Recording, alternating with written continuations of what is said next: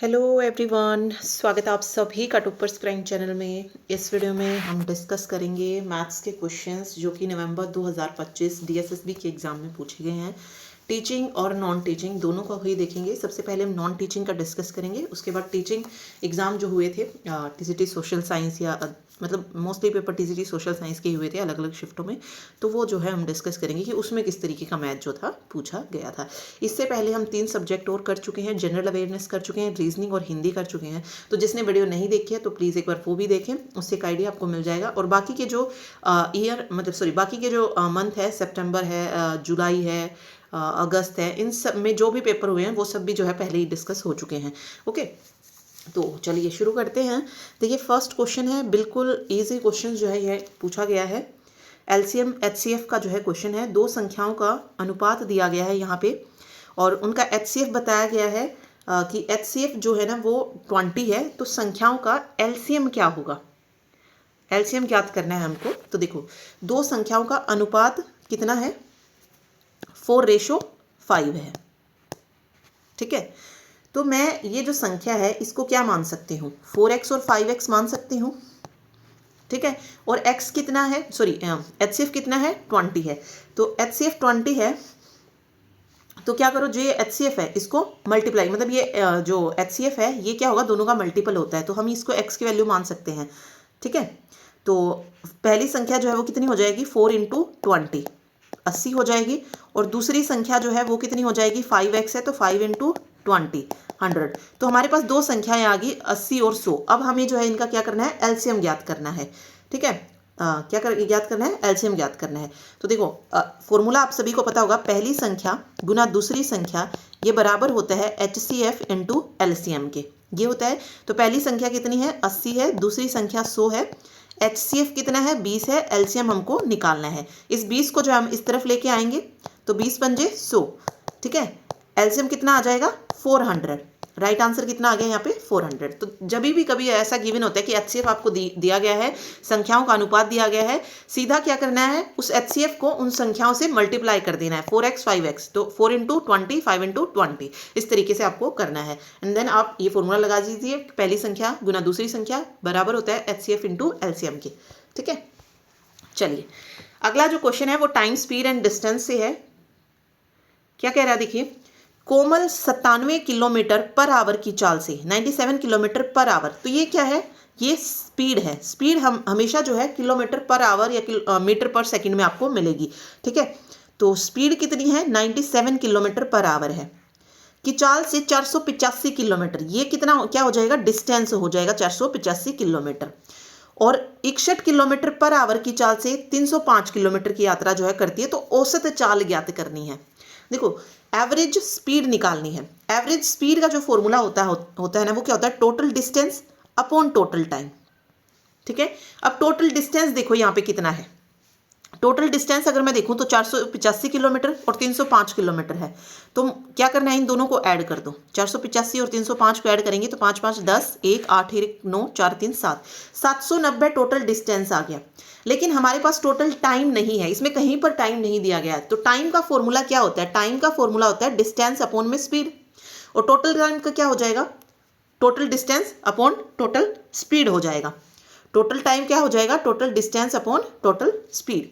ठीक है, तो यहाँ पे देखिए कैसे होगा, पहले हम टी1 निकाल लेते हैं, टाइम जो है ना वो निकाल लेते हैं, पहले वाले का टाइम कितना आएगा, तो 485 बटे 97, यहाँ पे साथ साथ कर लीजिए, 485 बटे 97 प्लस दूसरा कितना है, 305 है, और ये 61 में है, तो इसको आपको कट कर लेना है। अब 97 से अगर मैं 5 पे कट करूँ, 5 से 35, 3 5 45 और 3 48, हाँ 5 पे पूरा ये कट हो रहा है। देखो अब इसको देखेंगे तो 5 पे जाएगा, ये भी 5 पे जाएगा, तो 790 बटे 10, और 0 से 0 कैंसिल, तो एवरेज स्पीड कितनी आ गई, 79 आ गई।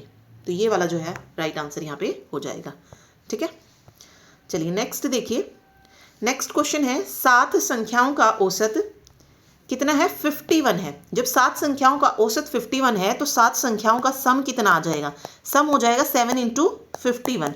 7 एकम 7, 7 पंजे 35। फिर कह रहा है यदि प्रत्येक संख्या में 3 की वृद्धि की जाए तो नया औसत कितना होगा। प्रत्येक संख्या में, अगर मैं प्रत्येक संख्या में जोड़ूं 3 की वृद्धि करूं तो जो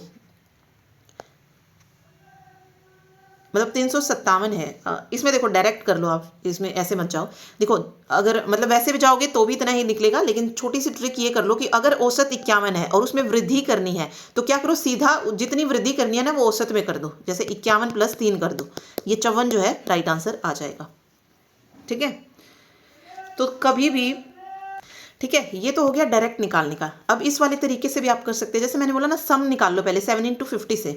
7 संख्याओं का जो सम है वो कितना आ गया 357। अब ये कह रहा है कि प्रत्येक संख्या में 3 की वृद्धि करनी है, तो टोटल संख्याएं कितनी है 7। हर एक में 3 की वृद्धि करेंगे तो टोटल कितनी वृद्धि हो रही है 21 की वृद्धि हो रही है। तो इस 21 को ऐड कर दो इसमें, 7 और 1 8, 5 और 2 7 और 378, और फिर से नया औसत निकालना है तो वापस 7 से इसको मल्टीप्लाई करो तो ये हो जाएगा 7 पंजे 35 और 7 चौक 28। यहाँ पे भी 54 आ रहा है, तो कैलकुलेशन इसमें बच जाती है। कभी भी कुछ वृद्धि करना आए या घटाना आए तो सीधा औसत में करो, क्योंकि लास्ट में अगर आपसे वापस से औसत पूछा है तो सीधा औसत में ही आपको वो बढ़ाना और घटाना होगा। तो यहाँ पे सिंपल क्या करना था, 51 में 3 को ऐड कर देना है, 54 आपका आंसर निकल जाएगा। ठीक है, चलिए निम्नलिखित समीकरण में कौन सी धनात्मक संख्या दोनों प्रश्न चिन्हों को प्रतिस्थापित कर सकती है। मतलब कौन सी संख्या है जो यहाँ पे आ सकती है, ये बताना है हमें। चलिए देखिए, देखो सेम ही संख्या आनी है तो मैं उस संख्या को क्या मान लेती हूँ, x मान लेती हूँ। तो कुछ ऐसा हो जाएगा x/58 = 232, और यहाँ पे भी मैंने x मान लिया है। ठीक है, क्या करेंगे, क्रॉस मल्टीप्लाई करेंगे। x को x से करेंगे तो x स्क्वायर हो जाएगा, 58 को 232 से करेंगे तो 13456 आ जाएगा।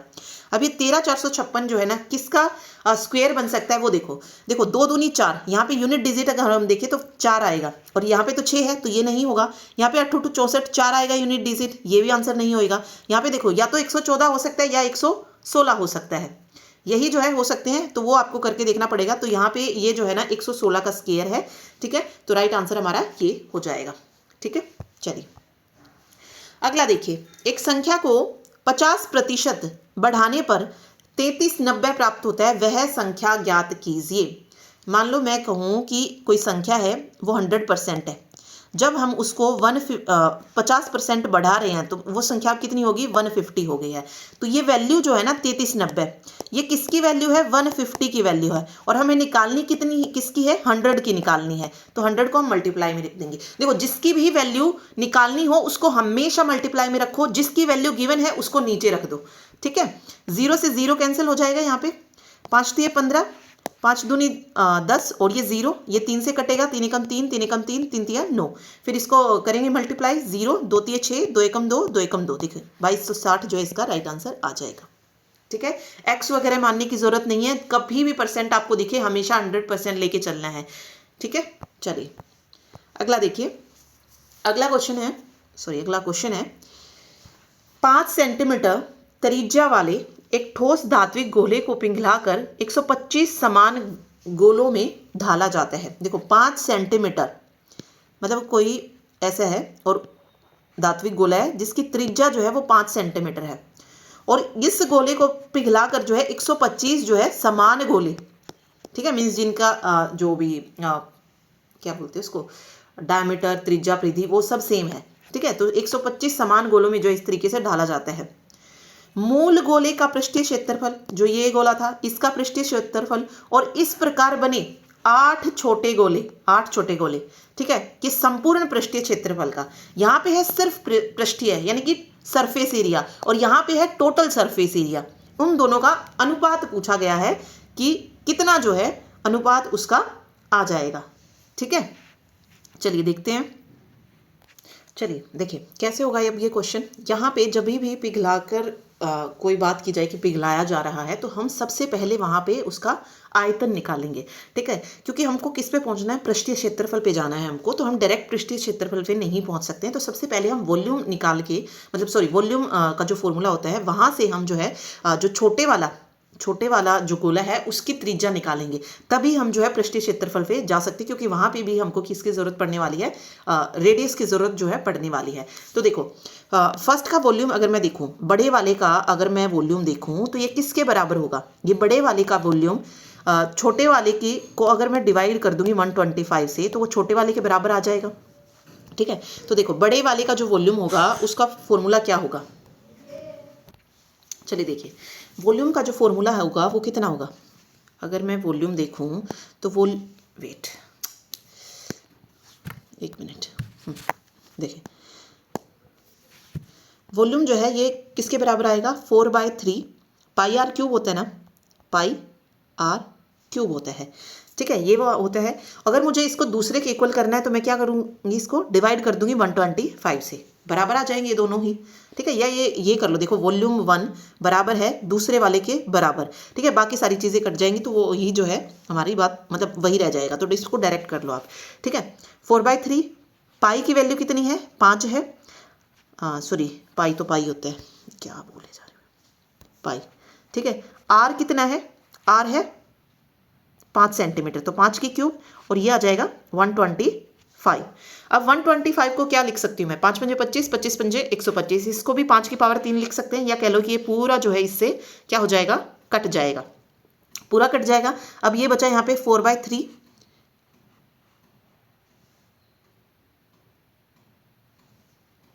पाई। ठीक है, अगर मैं इस वाले का वॉल्यूम देखूं तो ये कितना रहेगा, ये भी 4/3 पाई आर क्यूब रहेगा। ठीक है, मतलब छोटे वाले का अगर हम देखेंगे तो, ठीक, वेट एक मिनट। ठीक है, तो ये पूरा कट हो जाएगा, आर क्यूब है, आर क्यूब यहाँ पे जब पूरा ये कट गया तो 1 ही बचेगा, तो रेडियस हमारा कितना आ जाएगा, 1 आ जाएगा। ठीक है, रेडियस की जो वैल्यू आ जाएगी वो कितनी आ जाएगी, 1 आ जाएगी। ठीक, तो इस तरीके से पहले आपको क्या कर लेनी है, रेडियस निकाल लेना है, या फिर ऐसे देखो दोनों तरफ कर लो कि भाई एक की रेडियस ना आप ये ले रहे हो कि पहले वाला है ना जो उसका आयतन जब हम ले रहे हैं तो उसको मैंने ये लिख लिया, दूसरे वाले को मैंने 4/3 पाई आर क्यूब रख लिया, क्योंकि हमको इक्वल रखना है, क्योंकि ये बराबर आया हुआ है। ठीक है, एंड देन जो है आप उसको कट करके देख सकते हैं कि क्या जो है आपका निकल के आ रहा है। तो आर जो है ना हमारी यहाँ से कितनी आ जाएगी, 1 आ जाएगी। ठीक है, रेडियस हमारी कितनी आ जाएगी, 1 आ जाएगी। अब जो है हम इसको क्या रखेंगे, इक्वल रखेंगे, मीन्स जो भी हमसे पूछा गया है उसके अकॉर्डिंग जो है देखेंगे। अब देखो यहाँ पे है पृष्ठीय क्षेत्रफल और यहाँ पे है संपूर्ण पृष्ठीय क्षेत्रफल, तो मूल गोले का पृष्ठीय क्षेत्रफल इसका फॉर्मूला हो जाएगा 4πr²। ठीक है, और रेशो बताना है, संपूर्ण का कितना होता है, 6πr² होता है। ठीक, अब यहाँ पे देखिए, यहाँ पे r² कितना है, 5 सेंटीमीटर है, और यहाँ पे r की वैल्यू कितनी है, 1 है। ठीक है, तो इसको रखेंगे ऐसे ही 4π × 5 का स्क्वायर रेशो 6π × 1 का स्क्वायर। ठीक है, 1 का स्क्वायर तो 1 ही होता है, फिर सॉरी मल्टीप्लाई। ठीक है, तो ये आ जाएगा यहाँ पे, पाई से पाई आप कैंसिल कर सकते हैं, ये 2 दूनी 4, 2 तिये 6 हो जाएगा। ठीक है, और एक मिनट,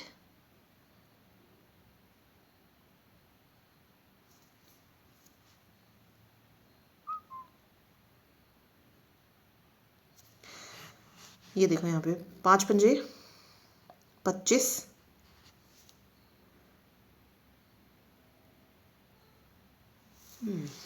वेट सॉरी एक minute, sorry total surface area 4πr² ही होता है, सेम ही होता है, यहीं पे गड़बड़ हो रही थी। देखो टोटल सरफेस एरिया 4πr² ही होता है। अब यहाँ पे एक और चीज़ इसने बोल दी कि 8 छोटे गोलों का बताना है, तो 4π को एज इट इज़ रखेंगे, 8 रखेंगे और r² आ जाएगा। ठीक है, r² मतलब 1 का स्क्वायर, 4π से 4π पूरा कैंसिल हो जाएगा, ये 25 बच जाएगा और यहाँ पे 8 बचेगा, तो 25 रेशो जो है 8 जाएगा। ओके सॉरी, ये याद रखना है कि गोले का जो संपूर्ण होता है और जो सिर्फ पृष्ठीय क्षेत्रफल होता है, दोनों ही जो है 4πr² जो है होते हैं, हेमिस्फीयर में चेंज हो जाते हैं, जहाँ पे वहाँ पे 2πr² और 3πr³ होता है, 3πr² होता है। ठीक है, तो ये आपको याद रखना है, तो इसमें थोड़ा सा मिस्टेक था। ठीक है, चलिए अगला क्वेश्चन है, 9 आदमी एक कार्य को 19 दिन में कर सकते हैं, उसी कार्य को 9 दिन में पूरा करने के लिए आवश्यक आदमियों की संख्या ज्ञात करनी है। तो इस तरीके का जब भी कुछ आए तो MDH M1 D1 H1 ये बराबर आता है M2 D2 H2, और जो वर्क होता है वो हमेशा नीचे जाता है। ठीक है, बाकी जो कुछ भी दिया गया है उसको हम ऊपर रखते हैं। अब ये कह रहे हैं 9 आदमी, 9 मैन, ठीक है, एम मतलब मैन, तो 9 आदमी है, एक कार्य है, वर्क कितना है, एक, उसको 19 दिन में पूरा कर रहे हैं, दिन मतलब डे में, तो उसी कार्य को, सेम कार्य मतलब एक कार्य है, 9 दिन में पूरा करने के लिए आदमियों की संख्या यानी कि मैन की संख्या पूछी है। इस एम को इधर रखेंगे, एन इधर लेके आएंगे, मतलब 9 को इधर लेके आएंगे, तो 9 से 9 कैंसिल, तो कितने आदमियों की संख्या, 19 आदमियों की संख्या जो है आ जाएगी, 19 आदमी आ जाएगी, मतलब टोटल 90। ठीक है, चलिए अगला देखिए। एक दुकानदार किसी वस्तु को उसके अंकित मूल्य पर 60% और 50% की 2 क्रमिक छूट पर देने के बाद 264.60 रुपये में बेचता है। ठीक है, 2 छूट जो है दी गई है। फिर कह रहा है कि यदि उसने कोई छूट नहीं दी होती तो वह 40% का लाभ अर्जित करता। तो वस्तु का क्रय मूल्य ज्ञात करना है। ठीक है, अब देखो छूट हमेशा किस पर दी जाती है, अंकित मूल्य पर दी जाती है। अंकित मूल्य मतलब मार्क्ड प्राइस पर दी जाती है। ठीक है, और जब उसने छूट दी 60% और 50% की, तो उसने वो जो चीज बेची वो कितने में बेची, 264.60 में बेची। ठीक है, बेचना मतलब एसपी हो गया। फिर कह रहा है अगर उसने कोई छूट ना दी होती तो उसको 40% का लाभ मिल जाता। तो वस्तु का क्रय मूल्य इस तरीके से हमको ज्ञात करना है।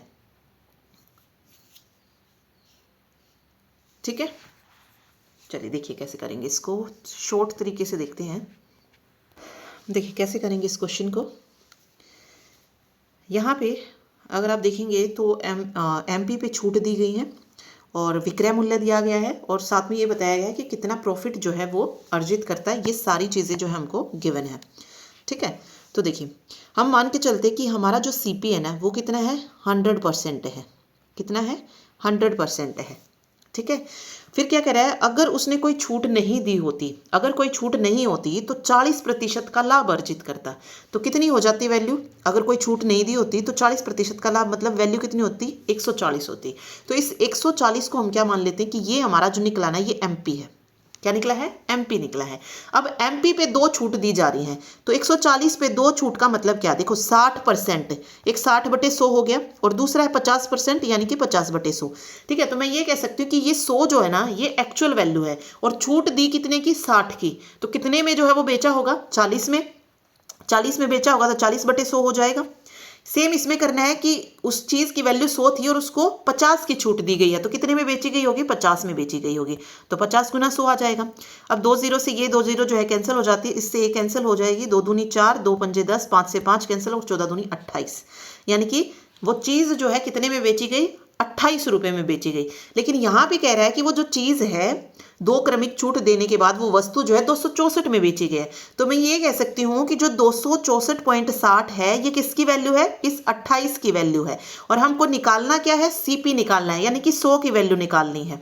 ठीक है, ये पॉइंट हटाएंगे तो 100 नीचे आ जाएगा, 100 से 100 कैंसिल हो जाएगा, 28 को इससे अगर हम पूरा कट करेंगे तो 945 पे पूरा कट हो जाएगा। देखो 5 8 40। ठीक, तो ये 945 जो है इसका राइट आंसर यहाँ से आ जाएगा। ठीक है, चलिए क्वेश्चन नंबर 9 है।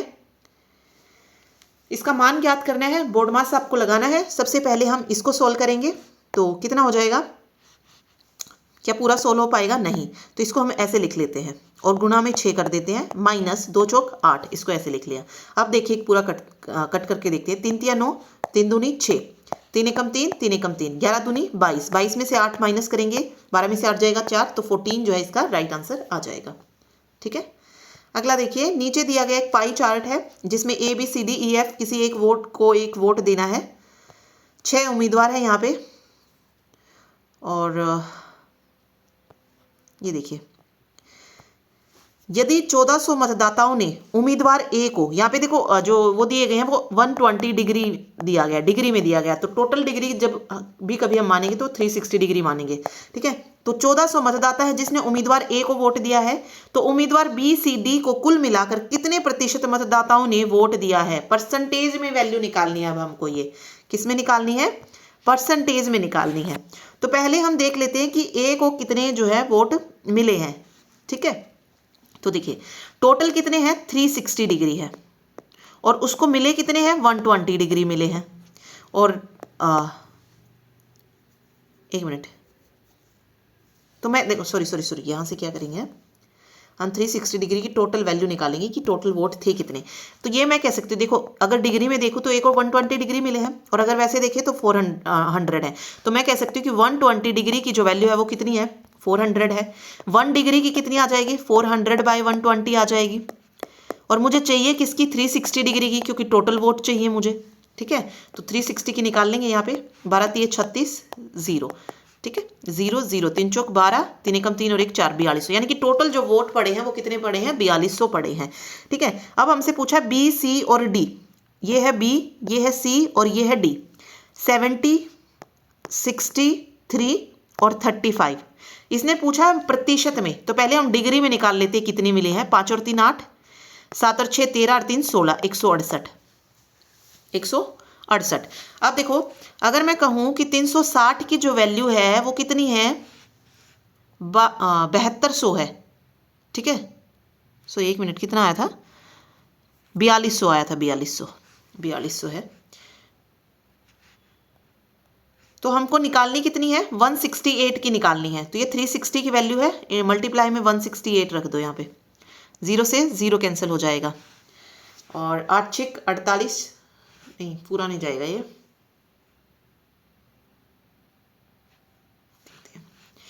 देखिए 6 6 36, 6 से 42, 70 हो जाएगा यहाँ पे। 6 दूनी 12, देखो 6 दूनी 12, 6 8 48, ये हो जाएगा यहाँ पे। 0 7 8 56, 5 7 दूनी 14 और 5 1960। तो इनको जो टोटल वोट मिले हैं 1960 मिले हैं। अब 1960 वोट इसको कितने में से मिले हैं, 4200 से में से मिले हैं, और गुणा में कर दो 100, क्योंकि प्रतिशत में निकालना है। 20 से 20 कैंसिल हो जाएंगी, और ये 1900 है, सॉरी 1960 है। तो 1960 को क्या करो, 42 से डिवाइड करके देखो कितना आएगा, 46.6 समथिंग आएगा, 46.66। तो यहाँ पे देखो इसमें पूछा निकटतम पूर्णांक तक पूर्णांकित करना है, तो 47 जो है इसका राइट आंसर आ जाएगा। ठीक है, चलिए अगला देखिए, दिए गए व्यंजक को सरल कीजिए। कैसे जो है हम इसको सॉल्व कर सकते हैं ये बताना है।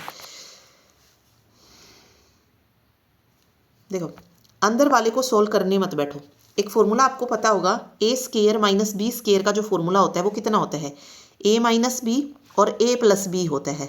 ठीक है, सेम हम इसमें अप्लाई करते हैं। तो ये हो जाएगा 13 माइनस 5 और 13 प्लस 5, तो कितना आ जाएगा, 13 और 5 18, और 13 और में से माइनस 5 करेंगे तो कितना होगा, 8। 8 इंटू 18 आ जाएगा, यानी कि ये 8 इंटू 18, और 8 इंटू 18 होता कितना है, 144 होता है। ठीक है, तो अंदर वाले को सोल्व करके कितना आ जाएगा, 144। वैसे भी निकाल सकते हैं, जैसे मान लो अगर फॉर्मूला नहीं पता तो 13 13 169, 5 पंजे 25, कितना बचा, 144 बचा, वो भी कर लो, डायरेक्ट कर लो। ये हो जाएगा 144 की पावर 3/2। अब आगे देखो, अगला जो है वो पावर में ही लिखा है, तो मैं इसको पावर में चेंज कर लेती हूँ। 27 किसकी पावर होता है, 3 की पावर 3 होता है ना, 3 की पावर 3 लिख सकती हूँ मैं इसको। तो 3 की पावर 3 ये बाहर चला जाएगा, और 2 इंटू 3 बाहर था ही। फिर डिवाइड है ये किससे, 1/2 की पावर -3। जब पावर माइनस में होती है तो अंदर वाली जो संख्या है वो बदल जाती है। तो मैं इसको लिख सकती हूँ 2/1 की पावर 3 प्लस हो जाएगी पावर। ठीक है, इसको कैसे लिख सकते हैं, ये किसका स्क्वायर है, 12 का स्क्वायर है। तो 12 का स्क्वायर है तो ये हो जाएगा 12 का स्क्वायर इंटू 3/2। ये इंटू में है, ये हो जाएगा 3 की पावर 3 कैंसिल हो जाएगा, तो सिर्फ ये बचेगा, और ये 2 दूनी 4 दूनी 8 आ जाएगा यहाँ पे। ठीक है, ये भी कैंसिल हो जाएगा यहाँ पे। तो ये 12 की पावर 3 बचेगा, इंटू ये 3 की पावर 2 यानी कि 9 डिवाइड बाय 8। ठीक है, तो 12 की पावर 3 गुना 9 की पावर 9/8। देखते हैं इसको, तो ये 12 गुना 12 गुना 12 मैं इसको लिख सकती हूँ। ठीक है, 3 हटा देते हैं, तो ये हो जाएगा 4 दूनी 8, 4 तिये 12, 2 छिक 12, तो 12 छिक 72। 72 को हम 3 से करेंगे तो 216, और 216 को अगर 9 से करेंगे तो कितना, 1944। तो राइट आंसर हमारा 1944 आ जाएगा। ठीक है, चलिए अगला देखिए, निम्नलिखित में से कौन सा सह अभाज्य संख्याओं का युग्म है, ये बताना है। यानी कि क्या बोलते हैं इसको, कोप्राइम नंबर।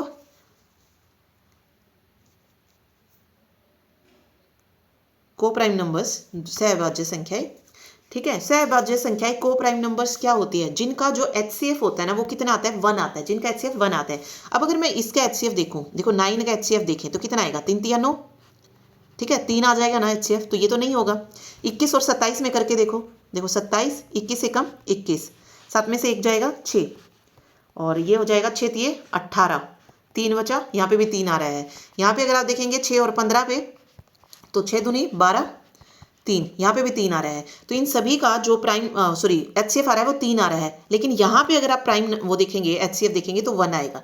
इसीलिए इसका जो राइट आंसर हो जाएगा वो 2 और 15 जो है इसके क्या हो जाएंगे, को प्राइम फैक्टर्स हो जाएंगे। देखो HCF निकालो, 2 सत्ते 14, 5 में से 4 जगह है 1, 1 दूनी 2 आ रहा है ना 1, ठीक है। तो ये जो है क्या हो जाएंगे, को प्राइम नंबर्स जो है हो जाएंगे, ठीक है। चलिए अगला देखिए, रुपये 4000 पर 5.25% वार्षिक दर से 19 फरवरी 2024 से 20 अप्रैल 2024 तक की अवधि के लिए साधारण ब्याज ज्ञात करना है। देखो सिंपल इंटरेस्ट का जो फॉर्मूला होता है वो कितना होता है, P/R/T/100। जो जो चीज़ें दी गई हैं वो लिखते जाओ। प्रिंसिपल कितना है, 4000 है, ठीक है। और रेट अगर मैं देखूँ तो 5.25 है, तो इसको मैं पूरा 525 लिख के और 100 नीचे लगा देती हूँ, ठीक है। टाइम कितना है, टाइम देखो 9 फरवरी 2024 से 20 अप्रैल 2024 तक का टाइम है। अब 2024 कैसा वर्ष है, लीप वर्ष है, और लीप वर्ष में फरवरी के मंथ में कितने दिन होते हैं, 29 डेज होते हैं। तो दिन काउंट करो कितने हो गए। देखो 29 में से अगर मैं माइनस कर दूं 19 को, ठीक है, तो ये कितना आएगा, 10, 10 प्लस 1 दिन और हमको जोड़ना पड़ेगा, यानी कि 11 दिन जो है हमारे कितने बन जाएंगे, 11 दिन हो जाएंगे, ठीक है। 19 तारीख को भी शामिल करना है, 19 फरवरी से बोला है तो टोटल 11 दिन आ जाएंगे, ठीक है। 11 दिन ये, फिर जो है मार्च कितने दिन हो जाएंगे, 31 दिन वे, 11, 31, और 20 अप्रैल तक है तो 20 को और ऐड कर लो, तो टोटल कितने आ जाएंगे, 62 डेज आ जाएंगे। तो टाइम कितना है, 62 डेज का। तो हम यहाँ पे टाइम पूरा ईयर में लेते हैं, तो ईयर में नहीं है तो टोटल 60 जितने भी दिन होते हैं उसको मल्टीप्लाई में रख दो ऐसे नीचे, तो 366 को हम ऐसे जो है नीचे रख देंगे। फिर जो है हम इसको काट लेंगे सिंपल, 20 से 20 कैंसिल, 10 से 10 कैंसिल हो जाएगी, ठीक है। 5 से कट करो, 5 एकम 5, 0, 5 पंजे 25, और ये 5 दूनी 10, 2 दूनी 4, ये 2 से पूरा कट जाएगा, 2 एकम 2, 2 अठे 16, और 2 तिये 6,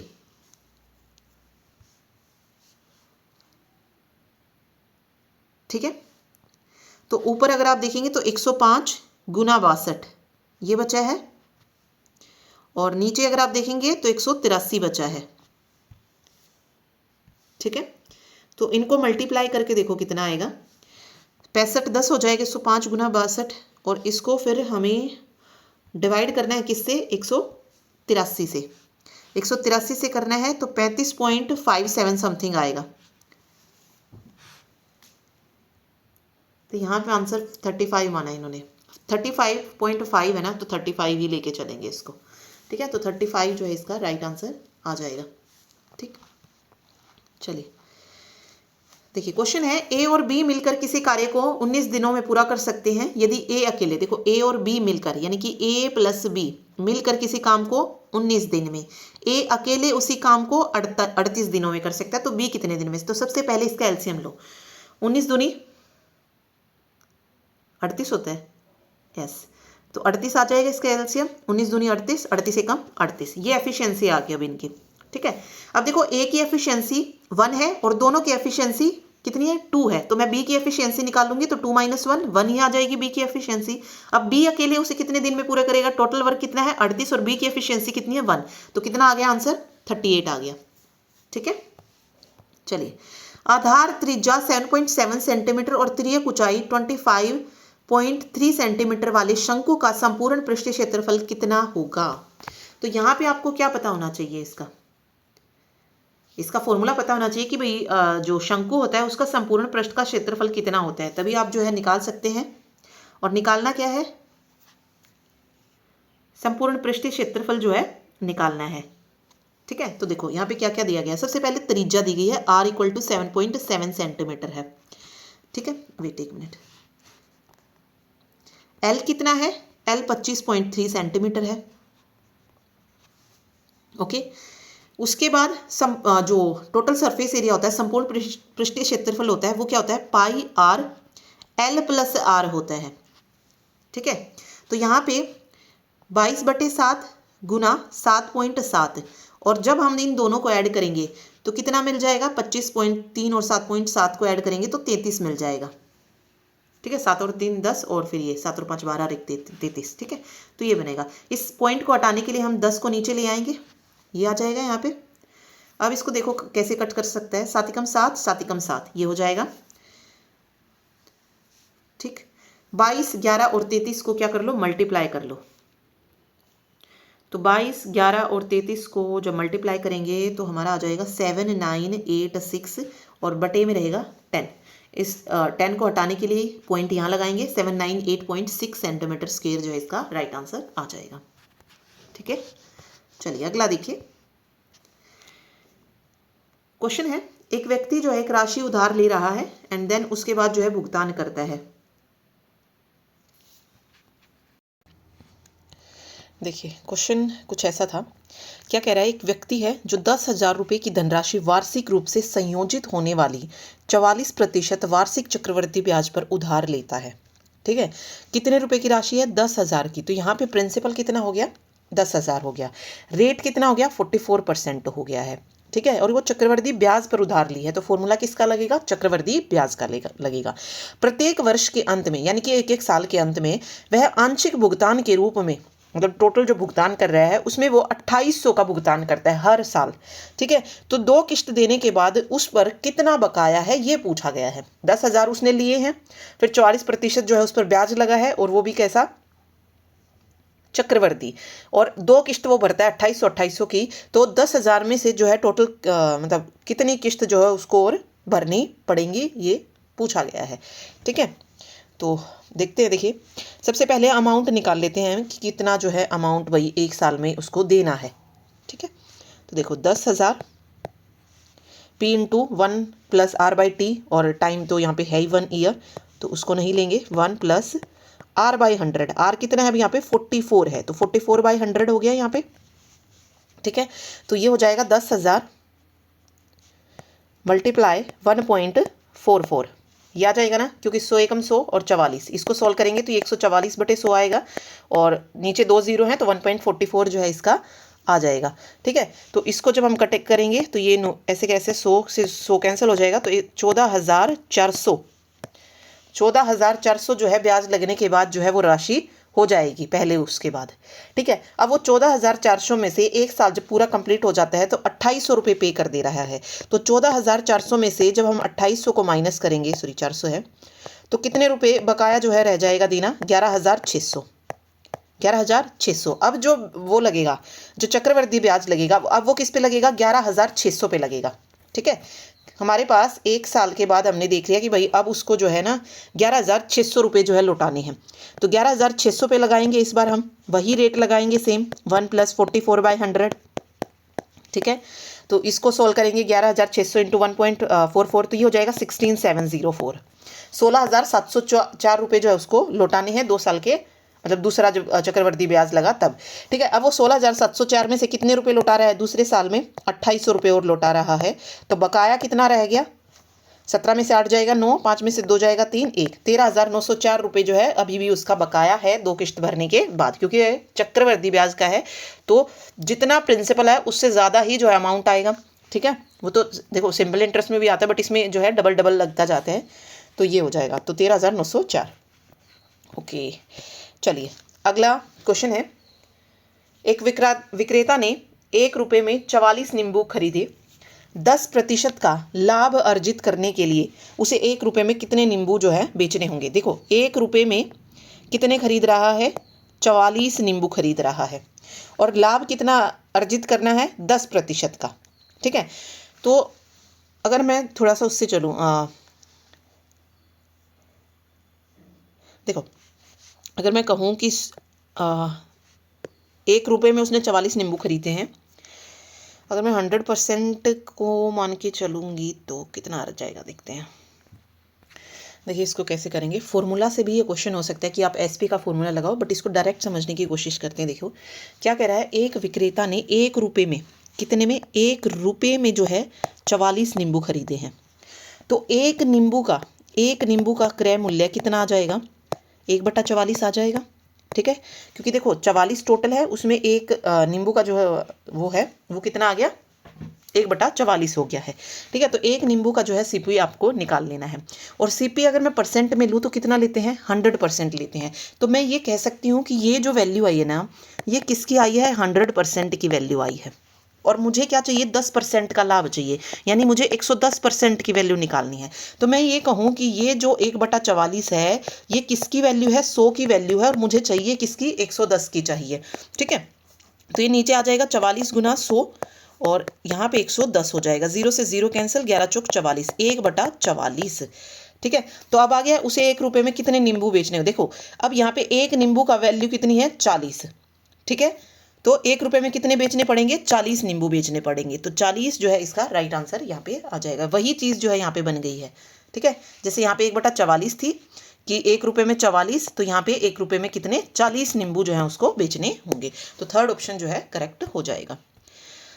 चलिए अगला देखिए, एक वर्गाकार भूखंड का क्षेत्रफल दिया है यहाँ पे, कितना है, 11,664। देखो वर्गाकार भूखंड है, वर्गाकार में आपको पता है चारों भुजाएं जो हैं वो बराबर होती हैं। ठीक है, चारों भुजाएं बराबर होती है। तो क्षेत्रफल का फॉर्मूला क्या होता है, ए स्क्वायर होता है। तो मैं कह सकती हूँ कि ए स्क्वायर की वैल्यू कितनी दी गई है, 11,664 दी गई है।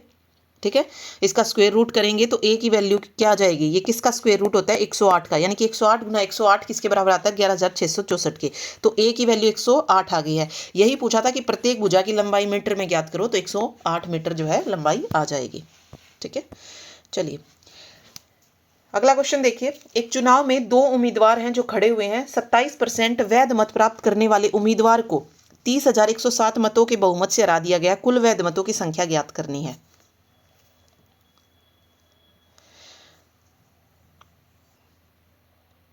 देखो क्या कह रहा है, 2 उम्मीदवार है, मान लेते हैं कि जो टोटल वैध मत है वो कितने हैं, 100% है। ठीक है, टोटल जो वैध मत है वो 100% है।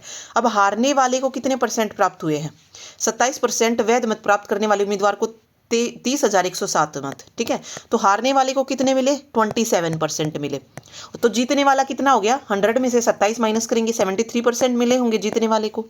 ठीक है, अब क्या बोला इसने, कुल वैध मतों की संख्या जो है यहाँ पे ज्ञात करनी है। अब यहाँ पे देखेंगे आप तो डिफरेंस दिया गया है कि जो वैध मत जिसको प्राप्त हुए हैं, हारने वाला बंदा, वो 30,107 मतों से क्या है, हारा है। तो अगर मैं इसका डिफरेंस देखूं, मतों का डिफरेंस तो ये आ गया, और परसेंटेज का डिफरेंस अगर मैं देखूं तो 73 में से 27 माइनस करेंगे तो कितना आएगा, 46%। तो मैं ये कह सकती हूँ कि जो ये 30,107 है, ये किसकी वैल्यू है, 46% की वैल्यू है। अब हमें बतानी है कुल वैध मत कितने थे। कुल वैध मत, टोटल वैध मत हमने कितने माने थे, 100%। तो 100% की वैल्यू निकाल दो यहाँ से। ठीक है, इसको कट करेंगे तो 46, ये पूरा कट होगा नहीं, पूरा कट नहीं होगा, ये कट होगा 654.5 पे। तो जब इसको बाई 10 लेके आएंगे तो ये 0 कैंसिल हो जाएगी, तो 65450 जो है इसका राइट आंसर आ जाएगा। ठीक है, चलिए अगला क्वेश्चन देखिए, 2 संख्याओं का एलसीएम और उनका एचसीएफ दिया गया है। पहली संख्या है तो दूसरी संख्या ज्ञात करनी है। बिल्कुल पहला ही क्वेश्चन हमने पढ़ा था, और जहाँ पे मैंने बोला था कि कुछ ऐसा दिया गया हो तो एक ही फॉर्मूला याद रखो, पहली संख्या गुना दूसरी संख्या, ये बराबर होता है एलसीएम इनटू एचसीएफ के। सारी वैल्यूज़ को इसमें जो है आपको पुट कर देना है। तो देखिए पहली संख्या कौन सी है, 189 है। दूसरी हमको निकालनी है, एलसीएम 32 13 है और एचसीएफ 27 है। इस 189 को इधर ये मल्टीप्लाई में है तो उधर जाके कहाँ पे चला जाएगा, ये डिवाइड में चला जाएगा। ठीक है, तो यहाँ पे ये डिवाइड में आ जाएगा। अब ये 3 से कटेगा, 3 निम 27, 3 6 18, 3 तिया 9, 9 सते 63, 7 से कट करेंगे, 7 चौक 28, 4 बचा, 7 चौक 28, 4 32, 7 पंजे 35, ठीक है, और 7 निम 63। ओके, तो दूसरी वैल्यू जो है वो कितनी आ गई, 459 आ गई। ठीक है, ये जो है हो गए 20 क्वेश्चन नॉन टीचिंग एग्जाम के। तो ये आपने देख लिए।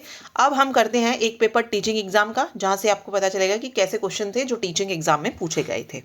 ठीक, देखिए फर्स्ट ही क्वेश्चन है, the surface area of A sphere of radius 98 centimetre. Sphere, ठीक है, जो गोला होता है उसका सरफेस एरिया बताना है। तो सरफेस एरिया क्या होता है स्फीयर का, 4πr² होता है। ठीक है, तो जो जो चीज़ें इसमें दी गई हैं वो इसमें आपको पुट करनी है। तो पाई लेनी है 22/7, तो 22/7 हो जाएगा। रेडियस कितना है, 98 है, तो 98 × 98 कर लो। ठीक है, यहाँ पे जो कट हो रहा है उसको आप कट कर सकते हैं, जैसे 7 से 14 चला जाएगा, 14 × 7 = 98। ठीक है, तो ये 7 कट हो गया। उसके बाद आप मल्टीप्लाई कर सकते हैं, 4 × 22 = 88 हो जाएगा, 22 × 88, 88 और 14 और 98 को करेंगे तो 8 × 32, 1372 आ जाएगा ये। और इन दोनों को करेंगे तो 8 दूनी 16, 16 अगर आप देखेंगे तो यूनिट डिजिट 6 जो है सिर्फ एक ही ऑप्शन में है, तो ये हो जाएगा इसका राइट आंसर। नेक्स्ट देखिए, नेक्स्ट है 600 किलोमीटर की यात्रा में एक ट्रक पहली 336 किलोमीटर की दूरी 42 किलोमीटर/आवर की चाल से तय करता है। शेष दूरी उसे किस चाल से तय करनी चाहिए ताकि औसत चाल कितनी आ जाए, 60 किलोमीटर/आवर आ जाए। देखो टोटल जो स्पीड होती है वो किसके बराबर होती है, total distance upon total time के बराबर होती है। अब टोटल डिस्टेंस देखो यहाँ पे कितना है, ये 600 किलोमीटर की यात्रा है। ठीक है, 600 किलोमीटर की यात्रा है ना, और इसमें जो है एक ट्रक पहली मतलब 336 किलोमीटर की यात्रा जो है वो 32 किलोमीटर/आवर की चाल से तय करता है। तो यहाँ पे टाइम निकाल लेते हैं हम पहले दोनों का ही। ठीक है, दोनों का टाइम निकाल लेते हैं क्योंकि टोटल डिस्टेंस हमारे पास है ही, टोटल स्पीड भी हमारे पास है, हमको ये टाइम जो है पता होना चाहिए, तभी हम जो है बता सकते हैं कि जो दूसरी दूरी है उसे किस चाल में तय करना है। ठीक है, देखिए इससे पहले ना हम वो निकालते हैं कि टाइम लगेगा कितना टोटल। मान लो 600 किलोमीटर टोटल है डिस्टेंस और इसकी औसत चाल कितनी है, 60 किलोमीटर। तो टाइम कितना आना चाहिए, 10 आवर आना चाहिए। ठीक है, 10 घंटे का टाइम जो है आना चाहिए। तो ये हमने यहाँ से निकाल लिया है। अब पहली दूरी जो तय करी है उसमें कितना टाइम लगा है वो देखते हैं, 336 और ये 42 किलोमीटर/आवर की चाल से चल रही है, तो ये कितना आया, 42 × 8 तो यहीं आ गया। तो ये जो टाइम आएगा अगले वाले का वो कितना आना चाहिए, 2 आना चाहिए। ठीक है, शेष दूरी, अब 600 में से 336 माइनस कर लो, कितना बचेगा, 600 में से 336 को अगर माइनस करेंगे तो दूरी आ जाएगी कितनी, 264। तो ये 264 किलोमीटर उसे किस में करनी चाहिए, मतलब टाइम कितना बचा है, 2 घंटे।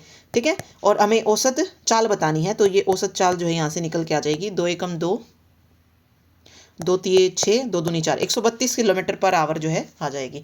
देखिए कैसे किया, देखिए टोटल डिस्टेंस को भी चलो आप भूल जाओ, सिंपल आप याद रखो कि स्पीड जो होती है ना वो बराबर होती है डिस्टेंस अपॉन टाइम के। अब यहाँ पे अगर आप देखेंगे तो 600 किलोमीटर पूरा डिस्टेंस भी दे रखा है और औसत चाल भी पूरी दे रखी है कि 60 किलोमीटर है। ठीक है, तो टाइम मैंने निकाल लिया कि उसको टोटल टाइम कितना लगेगा, 600/60 की टाइम जो है वो बराबर हो जाएगा डिस्टेंस अपॉन स्पीड के। ठीक है, वही फॉर्मूला हमने यहाँ पे पुट किया है। तो इसको निकालेंगे तो उसको टोटल जो टाइम लगेगा ना वो 10 घंटे का लगने वाला है। अब जब उसने पहली दूरी तय की 336 किलोमीटर 42 किलोमीटर/आवर से, तो उसको 8 घंटे लगे। टोटल 10 लगने हैं, 8 घंटे लग चुके हैं, तो 2 घंटे का टाइम है। तो उस 2 घंटे में वो जो बाकी बची दूरी है कितनी, 264 किलोमीटर, वो कितने में पूरे करेगा। तो ये 264 जो है वो 2 घंटे में पूरी कर रहा है, तो स्पीड निकाल लेंगे हम यहाँ पे, तो ये आ जाएगी 132 किलोमीटर/आवर। ठीक है, चलिए अगला देखिए 84y y21, तो y का धनात्मक मान ज्ञात करना है। तो इसको मैं ऐसे लिख सकती हूँ 84/y ये बराबर आ जाएगा y/21 का। क्रॉस मल्टीप्लाई करो, y² = 21 × 84 हो जाएगा। 21 × 84 कितना होता है,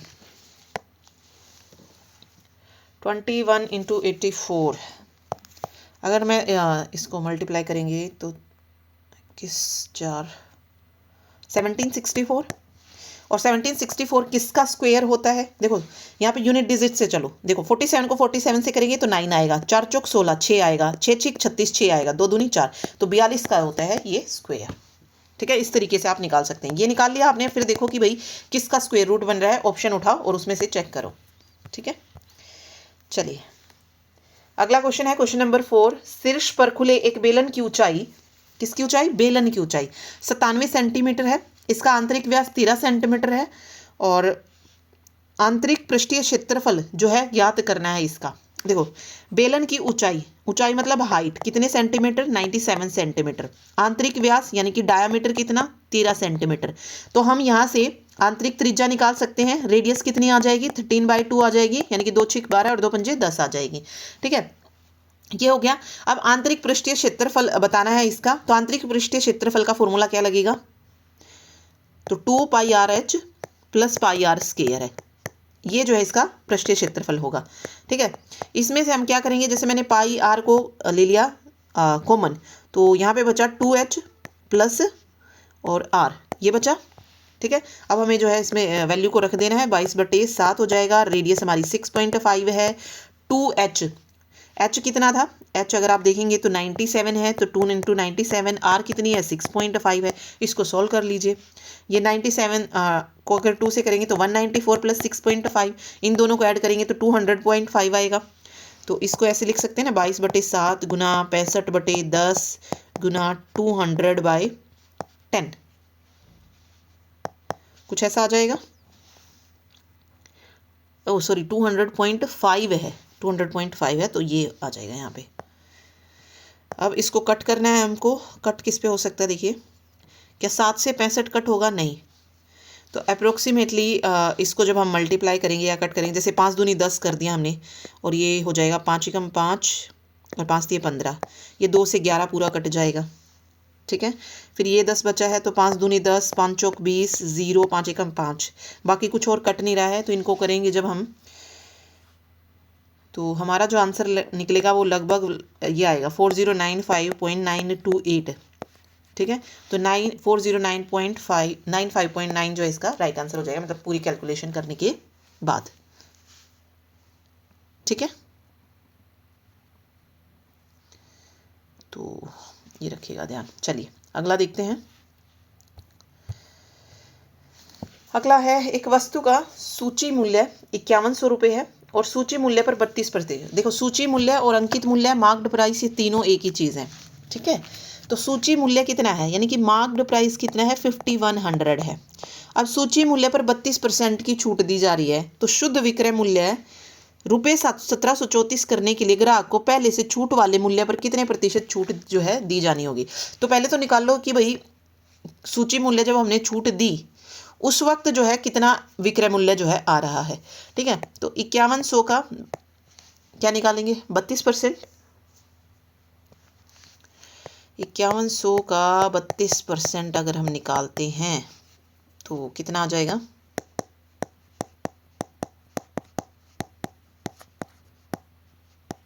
1632, यानी कि 1632 जो है आप 5100 में से माइनस कर दीजिए, वो जो है आ जाएगा यहाँ पे। 10 में से 2 गया 8, 6 हो जाएगा यहाँ पे, और 10 में से 6 जाएगा 4, 4 में से 1 गया 3, 3468 आ जाएगा। ठीक है, लेकिन हमको कितना चाहिए? शुद्ध विक्रय मूल्य 1734 चाहिए। ये तो मतलब इतनी छूट देने के बाद तो इतना आया है, तो कितना और जो है हमको चाहिए? तो 3468 में से अगर मैं 1734 को माइनस करूं तो कितना आएगा? 84, 6 में से 3 गया 3, वही आ जाएगा 1734। ठीक है, और कम जो है हमको करना पड़ेगा। अब ये जो कम करेंगे 1734, वो किस में से करेंगे? इस 3468 में से कम करेंगे। जो 1734 हम कर्म करने वाले हैं वो 3468 में से कम करना है ना। अब परसेंट में निकालना है तो गुना 100 कर दो। 1734 दूनी हो जाएगा ये 50%, यानी कि और जो छूट देनी होगी वो कितने परसेंट की देनी होगी? 50% की देनी होगी। ठीक है, देखो क्या किया, पहले जो मार्क्ड प्राइस था उस पर जो छूट दी है वो छूट निकाली। अगर आपको ये समझ नहीं आ रही कि भाई 1632 आया तो क्यों माइनस किया, तो डायरेक्ट ये कर लो भाई कि जो छूट दी जा रही है वो 32, 100 में से 32 घटा लो, कितना होएगा?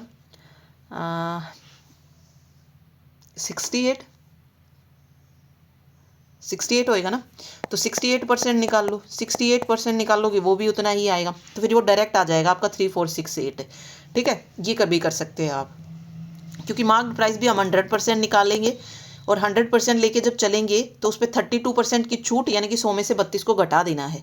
ठीक है, तो ये आ जाएगा। अब 1734 जो है हमको कम करना है, क्योंकि दोनों का डिफरेंस 1734 आ रहा है, हमको तो 1734 चाहिए। तो 3468 में से 1734 लाने के लिए उसका हम निकालेंगे कि कितने परसेंट जो है बन रहा है, तो 50% जो है हमको ओवरकम करना पड़ेगा। ठीक है, चलिए अगला क्वेश्चन है, निर्मल की बिक्री में पहले वर्ष 4% की वृद्धि और दूसरे वर्ष में 25% की वृद्धि के बाद वर्तमान बिक्री जो है वो कितनी है, 2,28,000 है। तो 2 वर्ष पहले उसकी बिक्री कितनी थी ये बताना है। देखो वर्तमान बिक्री अगर आप देखेंगे तो कितनी है, 2,02,800 है, 2800 है। तो पहले वर्ष में वृद्धि यानी कि देखो अभी अगर वर्तमान में बिक्री देखिए तो 2,02,800 है। ठीक है, तो पहले में जो वृद्धि हुई वो कितने की हुई है, 4% की हुई है। दूसरे में कितनी हुई है, 25% की हुई। ठीक है, अगर हम दो वर्ष पहले की बिक्री ज्ञात कर लें तो कुछ निकल सकता है। देखो कर्म इसमें क्या हो रहा है, सक्सेसिव इंक्रीज जो है होता जा रहा है।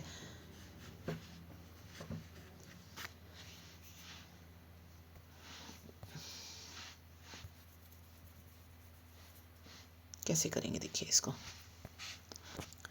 तो हम मान के चलते कि भाई पहले कोई वृद्धि जो है इसमें हो रही होगी। तो ठीक है, अभी की हम प्रेजेंट की जो है ना इधर रख लेते हैं, 2,02,800, वही प्रिंसिपल रेट वाला ही फॉर्मूला लगता है इसमें। ठीक है, तो पी ले लो यहाँ पे 1 प्लस 4/100 हो गई, क्योंकि एक साल के लिए थी। फिर दूसरा साल है तो इंटू मल्टीप्लाई कर दो, दूसरा साल कितना हो गया, 1 + 25/100 हो गया। इसको सोल्व करेंगे तो P इंटू 104/100 और दूसरा कितना हो गया, 125/100 हो गया। ठीक है, अब क्या करना है, ये सारे पॉइंट्स को इधर उठा के ले आओ, 2,02,800 इधर आके ये पलट जाएगा, 100/104 हो जाएगा। और ये कितना था, 25 पंजे 125, 25 चौका 100, तो ये 4/5 हो जाएगा। ठीक है, इसको कट कर सकते हैं, 2 पंजे 10, 2 दूनी 4, 2 दूनी 4 आ जाएगा।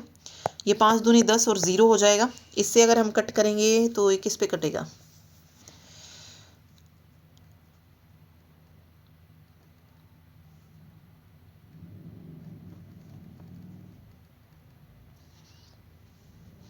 वेट। ठीक है, देखिए इसको अगर हम करेंगे तो ये पूरा 3900 पे कट होगा। 3900 को फिर आपको किससे करना है, 40 से मल्टीप्लाई करना है। तो 3 0 ये हो जाएंगे। फिर यहाँ से 4 9 36, 3 4 12 और 3 15, 1,56,000 जो है 2 वर्ष पहले उसकी बिक्री थी।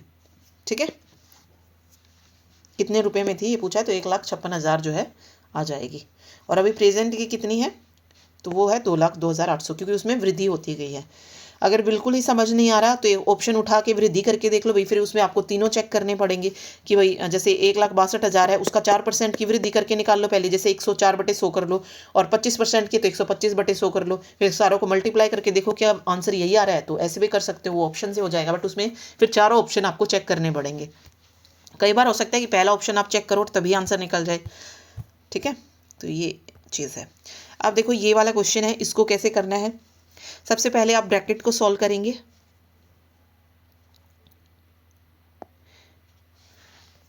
चलिए ब्रैकेट को मत सॉल्व करिए, क्योंकि यहाँ पे मुश्किल हो जाएगी ब्रैकेट को सॉल्व करना। कर सकते हैं वैसे, जैसे देखो 64 हो जाएगा बाहर, 49 हो जाएगा और यहाँ पे प्लस का साइन है। ठीक है, अगर मैं अंदर कट कर दूँ तो ये हो जाएगा 4 चौक 16 और 4 का स्क्वायर कितना 16, फिर है -4 प्लस 9 × 1 9 हो जाएगा। ठीक है, अब देखो 64 और -4 कितना बचा, 60 बचा। 60 - 49 कितना बचा, 60 - 49 अगर मैं करूँगी तो मेरे पास आएगा 11 आ जाएगा। 11 + 16 है और फिर 9 है। 11 और 16 को करेंगे तो 27, 27 और 9 को ऐड करेंगे तो 36। राइट आंसर आ जाएगा 36। ठीक है, चलिए अगला कह रहा है, क्वेश्चन है 3 के प्रथम 13 गुणज, 13 गुणजों का औसत ज्ञात करना है। मीन्स एक तरीके से जो टेबल होती ना उसका जो है ज्ञात करना जो है आपसे पूछा गया है। तो इसमें जो आप डायरेक्ट जो है फॉर्मूला लगा सकते हैं। देखो प्रथम 13 गुणज का मतलब है 3, फिर 6, फिर 9, ठीक है, 12, 15, यही गुणज बनेंगे जिससे 3 से मल्टीप्लाई पड़े हो सकता है।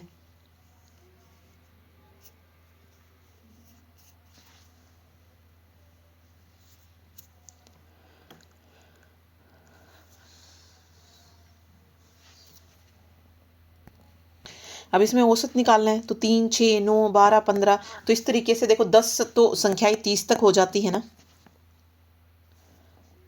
3 × 10 30 होता है ना फिर, ठीक है। तो 10 संख्याएं तो वो हो गई। 13 गुणज है तो 13 तिये 39, 39 तक जाएगा ना, ये 39 तक जाएगा, तो उसमें इस तरीके से जो है आपके क्या बन जाएंगे, टोटल 13 जो है वो आ जाएंगे, ठीक है। तो इसमें क्या करना है, पहली संख्या लो और दूसरी संख्या लो। 3 के प्रथम 13 पूछे तो पहला 3 हो जाएगा और लास्ट वाला 3 × 13 39 हो जाएगा। तो पहला 3 है और लास्ट वाला 29 है, तो इसको क्या कर दो, अब 2 नंबर्स है तो 2 से डिवाइड कर दो, औसत निकाल रहे हैं। एक तरीका है कि सभी को ऐड करोगे और फिर जो है टोटल नंबर जितने 13 है उससे मल्टीप्लाई करोगे, या फिर डायरेक्ट करो, जब भी मतलब इनमें डिफरेंस सेम होता है ना, तो फर्स्ट पहली संख्या आखिरी संख्या को ऐड करके उन 2 से जो है आपको डिवाइड करना है। तो ये 42/2 होगा, तो 21 जो है इसका औसत आ जाएगा, ठीक है।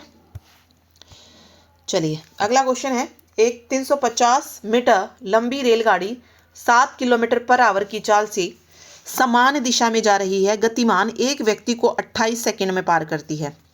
यह रेलगाड़ी विपरीत दिशा में 41 किलोमीटर पर आवर की चाल से गतिमान 425 मीटर लंबी एक अन्य रेलगाड़ी को पूर्णतः पार करने में कितना समय लगाएगी। देखो एक व्यक्ति को जब पार करने में लगाती है तो व्यक्ति की जो भी डिस्टेंस वगैरह होता है वो सब ऐड नहीं किया जाता है, ठीक है। तो इसमें जो है हम पहले रेलगाड़ी की जो है चाल वो ज्ञात करते हैं, मतलब उसका कितना टाइम, अच्छा वो तो दिया ही हुआ है कि 350 मीटर लंबी रेलगाड़ी है, 7 किलोमीटर उसकी स्पीड है और 28 सेकंड जो है पार करने में उसको टाइम लग रहा है। देखिए अब इसमें क्या करेंगे, जो डिस्टेंस होता है वो हम मेज़र नहीं करते हैं, लेकिन यहाँ पे कुछ ना कुछ चाल जो है इस व्यक्ति की भी रही होगी, तो हम पहले जो है ना इस वाले में जो है रिलेटिव स्पीड निकालेंगे, ठीक है। इस वाले में क्या करेंगे, रिलेटिव स्पीड निकालेंगे। अब जो रिलेटिव स्पीड का फॉर्मूला है, रिलेटिव स्पीड निकालने के लिए दोनों की जो है वो जो चाल है वो ज़रूरी होनी चाहिए, पता होनी। तो देखो अगर मैं यहाँ पे देखूँ तो हमें पता है डिस्टेंस जो होता है ना वो क्या होता है, स्पीड इनटू टाइम होता है, रिलेटिव स्पीड का, ठीक है। तो यहाँ पे हम रिलेटिव स्पीड लेके चल रहे हैं क्योंकि दोनों को हमको साथ साथ जो है निकालनी है। अब ये समान दिशा में जब भी रिलेटिव स्पीड निकालेंगे तो जो चाल होती है वो क्या होती है, माइनस होती है। तो हम आदमी की जो चाल है वो मान लेते हैं कि वो v है, कितनी है, v है। और यहाँ पे रेलगाड़ी की जो चाल है वो कितनी है, 7 किलोमीटर पर आवर है, तो v - 7 हो गया। अब देखिए ये क्या है, किलोमीटर पर आवर में, और सारी चीज़ अगर आप देखेंगे तो सेकंड और मीटर में, तो इस किलोमीटर पर आवर को हमें मीटर पर सेकंड में बदलना है, तो हम किससे मल्टीप्लाई कर देंगे, 5/18 से मल्टीप्लाई कर देंगे। टाइम कितना लगा है, टाइम लगा है 28। इसको सॉल्व करना है, इधर लेके आएंगे इन सारी चीज़ों को, तो 350 × 18 और ये हो जाएगा 5 × 28 और ये v - 7 जो है यहाँ पे बन जाएगा, ठीक है। ये जो v निकलेगा ना ये रिलेटिव स्पीड निकलेगा, इसमें हमने लिखा ना रिलेटिव स्पीड जो व्यक्ति की चाल है वो हो जाएगी और उसमें से हम जो है माइनस कर देंगे जो रेलगाड़ी की चाल है, ठीक है। और रिलेटिव स्पीड ये नेगेटिव नहीं लेना है, सिर्फ डिफरेंस होता है। रिलेटिव स्पीड का मतलब है सिर्फ डिफरेंस मतलब प्लस माइनस का साइन लगाने की जरूरत नहीं है, ठीक है। तो 5 × 7 = 35, 0 हो जाएगा, 7 × 7 0, 7 × 4 = 28 हो जाएगा, 2 दूनी 4, 2 × 18 हो जाएगा, 2 × 5 = 10, तो ये हो जाएगी 45। क्या आया, 45। और इस 7 को इधर लेके आएंगे तो 7 और 5 12, तो v1 कितना आ गया, मतलब पहली रिलेटिव स्पीड हमारे पास कितनी आ गई, 52 किलोमीटर आ गई। अगला कह रहा है कि यह रेलगाड़ी विपरीत दिशा में 41 किलोमीटर पर आवर की चाल से गतिमान 425 मीटर लंबी एक अन्य रेलगाड़ी को पूर्णतः पार करने में कितना समय जो है लेगी, ठीक है। तो यहाँ पे v1 हमारा कितना आ गया, 52 किलोमीटर पर आवर आ गया, यहाँ पे 41 किलोमीटर पर आवर है। अगेन हम क्या निकालेंगे, रिलेटिव स्पीड निकालेंगे, ठीक है। तो अब जो है डिफरेंट डायरेक्शन में है तो यहाँ पे रिलेटिव स्पीड क्या होगी, ऐड हो जाएगी, तो 41 + 52 रिलेटिव स्पीड जो है कितनी आ जाएगी, 93 किलोमीटर आ जाएगी। और टोटल डिस्टेंस कितना हो जाएगा, ये 350 मीटर लंबी है, ये 425 मीटर लंबी है, तो दोनों रेलगाड़ियों की लंबाई का जो योग है वो कुल दूरी के बराबर आ जाएगा, तो 775 मीटर जो है हमारा डिस्टेंस आ गया। अब डिस्टेंस हमारे पास ये है, ये है, तो टाइम पूछा है हमसे, तो टाइम कितना लगेगा, टाइम का फॉर्मूला हो जाएगा 775/5। अब देखो टाइम हमको किसको निकालना है, सेकंड में, तो ये 93 किलोमीटर पर आवर को हम अगेन जो है मीटर पर सेकंड में बदलेंगे, तो 93 × 5/18 हो जाएगा, ठीक है। इसको कट कर सकते हैं, 3 × 6 = 18, 3 × 3 = 9, 3 × 1 = 3, ठीक है। 5 × 5 = 15, 155/6 आ जाएगा। तो यहाँ पे हम लिखेंगे स्पीड 155 और 6 जो है ऊपर चला जाएगा, ठीक है। ये 11 से कट सकता है, नहीं 5 से कट सकता है, 5 × 3 = 15, और 5 एकम 5, ये हो जाएगा 5 एकम 5, 1 मिनट, 5 से ये आई थिंक पूरा ही कट जाएगा, 155 पंजे, हाँ 5 से पूरा कट जाएगा, 5 पंजे 25, 2 5 से 35, 36,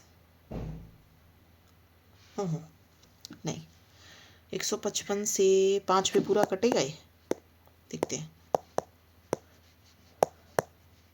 775, हाँ पूरा तो कट रहा है, ठीक है 5 पे पूरा कट जाएगा, तो टाइम आ जाएगा 5 गुना 6 30, 30 सेकंड का जो है टाइम यहाँ से निकल के आ जाएगा। ठीक है, तो इसमें क्या करना है, पहले रिलेटिव स्पीड निकालो, आदमी के साथ निकाली, ठीक है, किलोमीटर पर आवर में था, हमने उसको चेंज कर दिया, फिर जो है वापस से रिलेटिव स्पीड जो आई है उन दोनों को क्या करना है, ऐड करना है, क्योंकि डिफरेंट डायरेक्शन में जा रही है दोनों रेलगाड़ी, और जब रिलेटिव स्पीड सेम डायरेक्शन है तो हम वहाँ पे माइनस करते हैं, और डिफरेंट डायरेक्शन में है तो वहाँ पे प्लस करते हैं। चलिए अगला देखिए, ए बी बी सी, और तो ए बी सी डी का जो है ज्ञात करना है।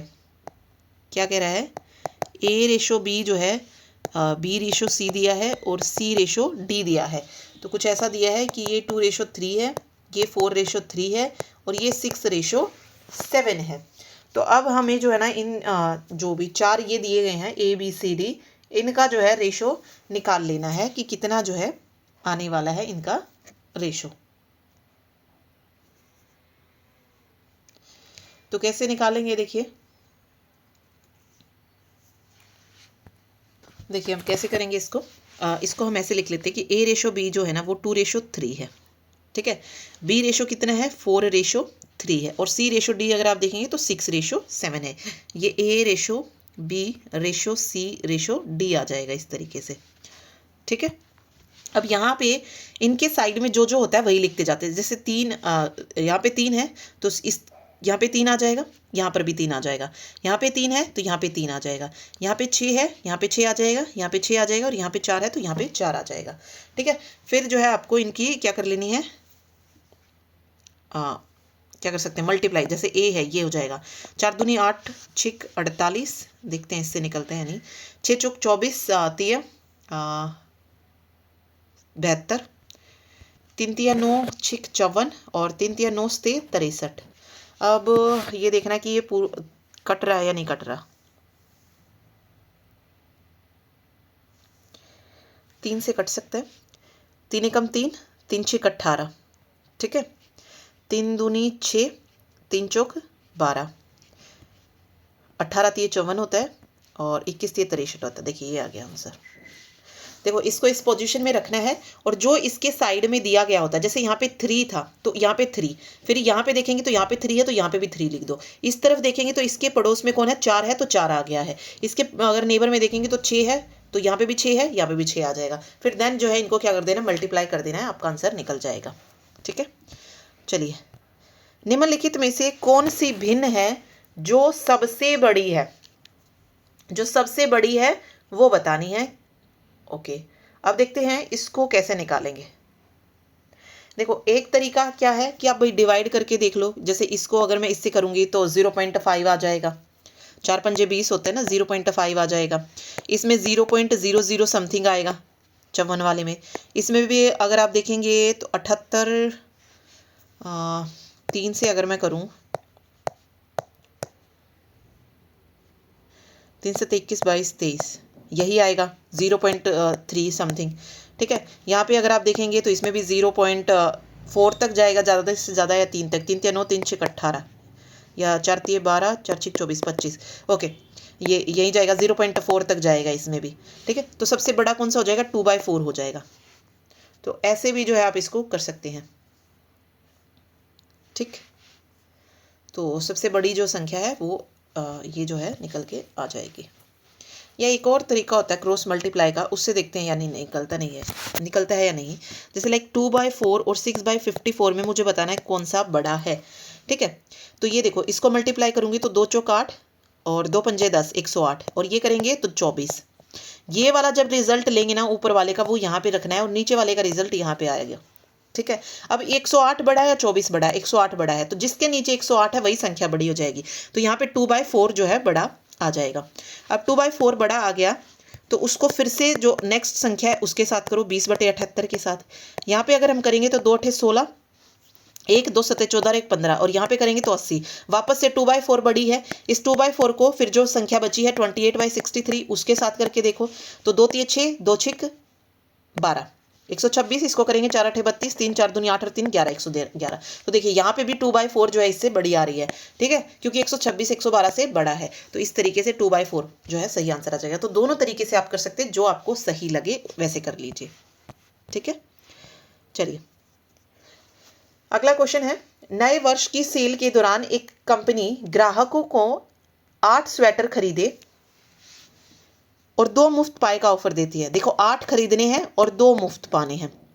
तो इस डील में दी गई छूट का प्रतिशत ज्ञात करना है कि छूट कितनी दी गई। तो देखो 8 स्वेटर खरीदने हैं, छूट कितने की दी जा रही है, 2 की छूट दी जा रही है और टोटल कितने हैं 10 हैं। तो 10 पे 2 की छूट दी जा रही है, गुना कर दो 100, 20% की छूट दी जा रही है, ठीक है। इस तरीके से हो जाएगा ये। नेक्स्ट देखिए, ए बी और सी जब प्रत्येक अकेले कार्य कर रहे हैं तो क्रमशः इतने दिनों में कार्य को पूरा कर सकते हैं। वे सभी एक साथ कार्य प्रारंभ कर देते हैं तो ये कर रहे हैं। देखो सबसे पहले 1 बाय 1 चलते हैं, यहां से उठाते हैं क्वेश्चन को।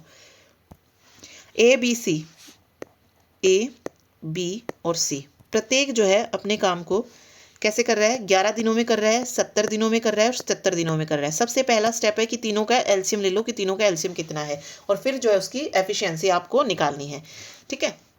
तो 11 77 और 70 का एलसीएम अगर हम देखेंगे तो 770 आएगा, ठीक है। अब एक दिन की एफिशिएंसी निकालेंगे इसकी, तो 11 सते 77 70 आ जाएगी, यानी कि ये एक दिन में 70 काम कर रहा है। इसकी जब हम निकालेंगे तो 70 एकम 70, इसकी आ जाएगी एफिशिएंसी 11 और इसकी आ जाएगी 10, ठीक है। ये इसकी इनका एक दिन का काम है कि ए एक दिन में 70 काम कर रहा है, बी एक दिन में 11 काम कर रहा है, सी एक दिन में 10 काम कर रहा है। और ये जो है ये एफिशिएंसी है, ये टोटल वर्क है कि उसको 770 काम कर रहा है, एक दिन में 70 काम कर रहा है, तो 11 दिन उसको काम करने में लग रहे हैं, ठीक है। तो कुछ ऐसा जो है ये हो जाएगा। अब ये आगे क्या कह रहा है, वे सभी एक साथ कार्य प्रारंभ करते हैं लेकिन ए ने 2 दिन बाद कार्य छोड़ दिया। शेष कार्य को कितने दिन है, देखो 2 दिन तक तो ए ने काम किया ना, तो 2 दिन का सभी का काम निकाल लेते हैं। देखो ये एक दिन का काम है एफिशिएंसी, ये 2 दिन तक करेगा, कितना काम कर लेगा 140 काम करेगा। ये 2 दिन तक काम करेगा तो ये 44 काम कर लेगा। ये 2 दिन काम करेगा तो ये 20 काम कर लेगा। तो 2 दिन में कितना काम खत्म हो गया, 4 4 8 और 2 10 और 204 काम जो है उन्होंने पूरा कर लिया है। तो बचा कितना, 770 में से अगर मैं 204 को माइनस कर देती हूँ, 204 ही हुआ है, देखिए 1 मिनट, 2 सते 14 ओ सॉरी 11 दूनी 22 है ये, और ये हाँ ठीक है, 4 2 6 और 2 8, 184 खत्म किया है। तो 184 को माइनस करेंगे कितना आ जाएगा, सॉरी 22 है, 182 काम खत्म किया है। 182 किया तो 588 काम है जो बचा हुआ है, और वो बचा हुआ काम कौन कर रहे हैं, बी और सी। तो 588 वर्क हमारा टोटल वर्क हो जाएगा अभी जो बचा हुआ है, और उसकी एफिशिएंसी कितनी लगेगी, बी की एफिशिएंसी कितनी है 11, सी की एफिशिएंसी कितनी है 10, टोटल एफिशिएंसी कितनी आ गई 21। 21 से डिवाइड करेंगे तो ये कितने पे चला जाएगा, 21 दूनी 42 और 21 21 नहीं 8 पे जाएगा 28 दिन जो है उसको लग जाएंगे पूरा काम करने में, बी और सी को, ठीक है। इस तरीके से ये निकालना है क्वेश्चन। चलिए, एक गांव की जनसंख्या दी है कि पहले इतनी थी और इसमें जो है पहले वर्ष में 115% की वृद्धि, दूसरे में इतनी, तो 2 वर्षों बाद इसकी जनसंख्या क्या होगी ये बताना है। देखो गांव की शुरुआती जनसंख्या कितनी है, 1,10,000 है, 1,10,000 है। अब इसमें जो है 15% की वृद्धि हो रही है और दूसरे में 20% की। अगर हम इसमें डायरेक्ट ये वाला लगाए कि भाई मैं इसमें डायरेक्ट 15% की वृद्धि, ये 100% है, 15% की वृद्धि 115/100, 20% की वृद्धि 120/100। अगर ऐसा करें तो क्या आंसर हमारा निकलेगा, देखते हैं। 2 0 से 2 0 कैंसिल हो जाएंगी, इन 2 0 से ये 2 0 चली जाएंगी। तो अब हमें जो है इसको मल्टीप्लाई कर लेना है। जैसे 115 और 120 को अगर हम मल्टीप्लाई करेंगे तो हमारे पास आ जाएगा 13,800, और इसी 13,800 को अगर मैं मल्टीप्लाई करूँ 11 से तो मेरे पास आएगा 1,51,800। तो सिंपल ऐसे कर लीजिए, ठीक है। ये मतलब रखिए 1 + 15% की आप वृद्धि करके दिखा रहे, नहीं देखो ये 100% है हमारा, 100% हमारा। अब उसमें वृद्धि हुई 15% की तो 115 हो गया, उसी 100 में 20% की वृद्धि हुई तो 120 हो गया। ठीक है, तो वो डायरेक्ट कर लीजिए और ये हमारा आ जाएगा कि 2 वर्षों के बाद जनसंख्या इतनी थी। वही कितने भी वर्षों का पूछे, 3 वर्षों का पूछे, 4 वर्षों का पूछे, वृद्धि हो रही है तो 100 में ऐड कर दो, अगर घट रही है जनसंख्या तो 100 में माइनस कर दो उतना। ठीक है, और बटे 100 कर देना है। चलिए अगला क्वेश्चन देखिए। विपुल ने एक बैंक में 3% वार्षिक साधारण ब्याज की दर पर 1560 रुपए का निवेश किया है, तो 4 वर्ष बाद उसे कितने। देखो साधारण ब्याज है P into are into T by 100, ये फॉर्मूला होता है। ठीक है, और देखो फॉर्मूला भी नहीं करना ना, तो इसमें सिंपल, अगर आपको रेट दिया है टाइम दिया है, दोनों को मल्टीप्लाई करो और उसको ब्याज के बराबर रख दो। ठीक है, मैं ये कह सकती हूँ कि ये जो 12% की वैल्यू है ना, ये 1560 है, तो मुझे 100 की वैल्यू निकालनी है, प्रिंसिपल निकालना है ना, तो 100 की वैल्यू मेरे को निकालनी है, प्रिंसिपल 100% लेके चलते हैं। ठीक है, इसको कट करें अगर हम, 3 चौक 12, 3 पंजे 15, 3 दूनी 6, 0, 4 25 पे पूरा कट हो जाएगा। तो क्या यहाँ से निकलेगा,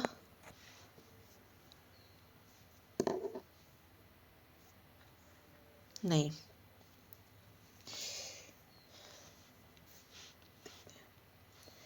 520 को अगर मैं 25 से करूँगी तो 13,000 समथिंग आएगा। नहीं नहीं नहीं, ऐसे नहीं होगा।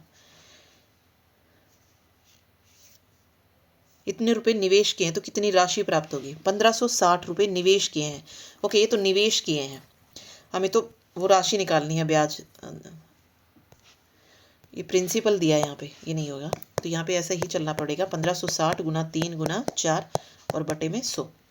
ठीक है, ये मूलधन है, अगर यहाँ पे ब्याज होता ना तब हम जो है डायरेक्ट कर लेते कि वो 12% की वैल्यू निकाल के। ठीक, तो ये हमारा हो जाएगा, तो यहाँ से 0 से 0 कैंसिल हो जाएगी, 2 दूनी 4, 2 पंजे 10, 5 3, नहीं जाएगा, ये नहीं जाएगा, तो 1560 गुना यहाँ पे कितना बचा,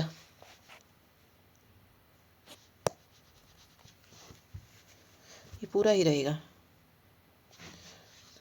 गुना 6/10।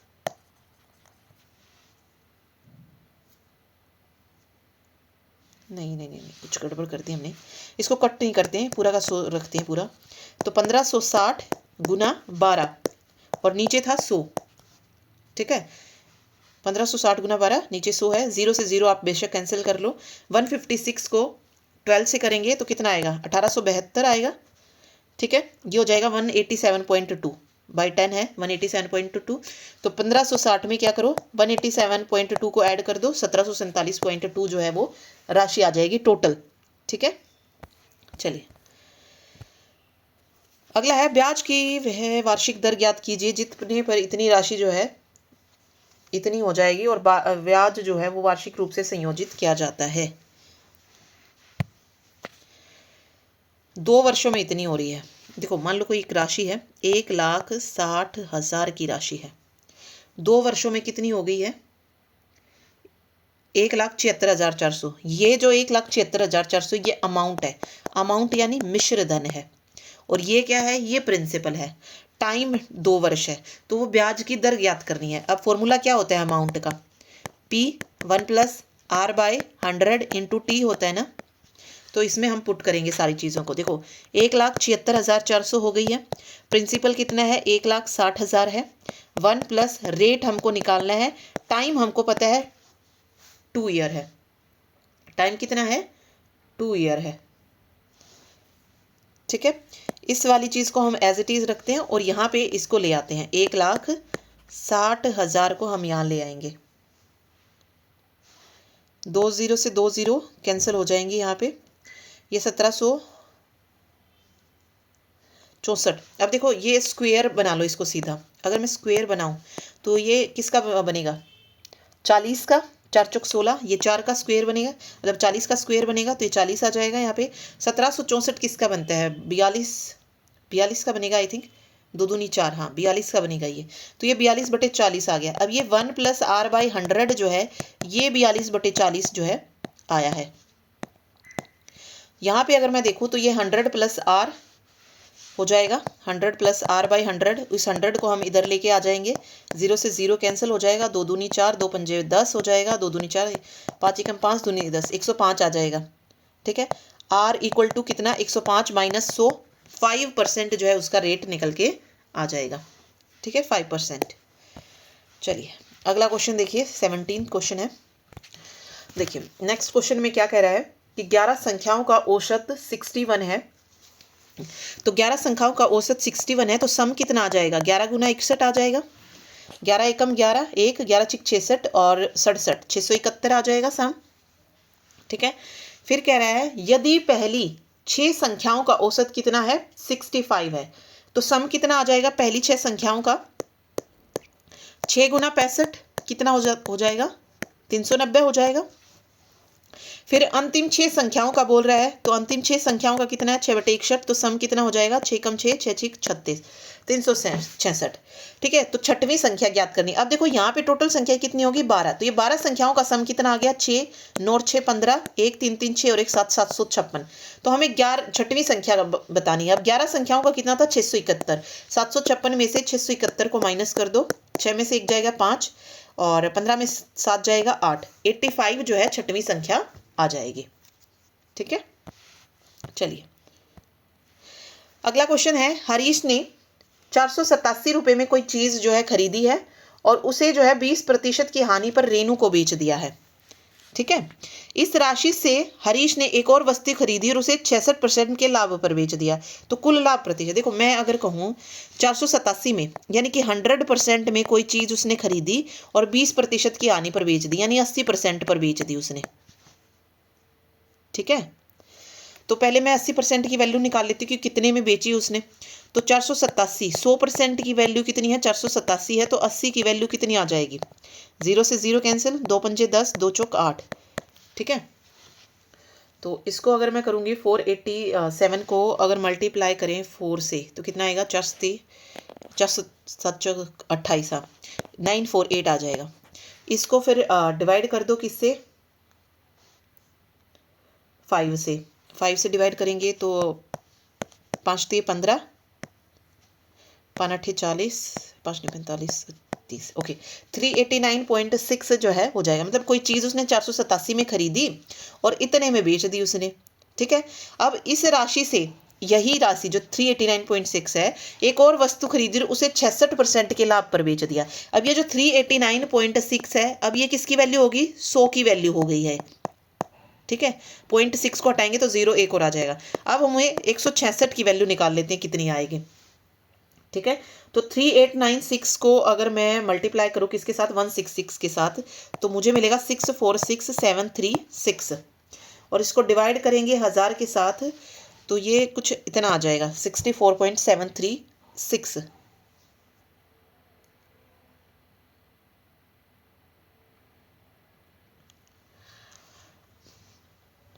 कुछ गड़बड़ कर दी क्या। तो हरीश का कुल लाभ पूछा था यहाँ पे कि कुल लाभ कितना हुआ है। ओके, ये हमें पैसों में ही उसमें बताना था, परसेंट में, तो पैसों में करने की ज़रूरत ही नहीं थी, सॉरी। देखो ये 100% था, 100% से कितना हो गया, 80% हो गया। अब एक और वस्तु खरीदी 80% और उसको 66% के लाभ पर बेच दिया, तो 80 का 66% लाभ हो रहा है, कितना हो जाएगा अगर हम करके देखें 88 का 66% तो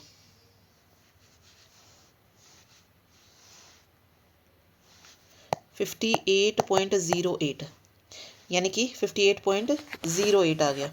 तो ये ऐड हो जाएगा 88 में।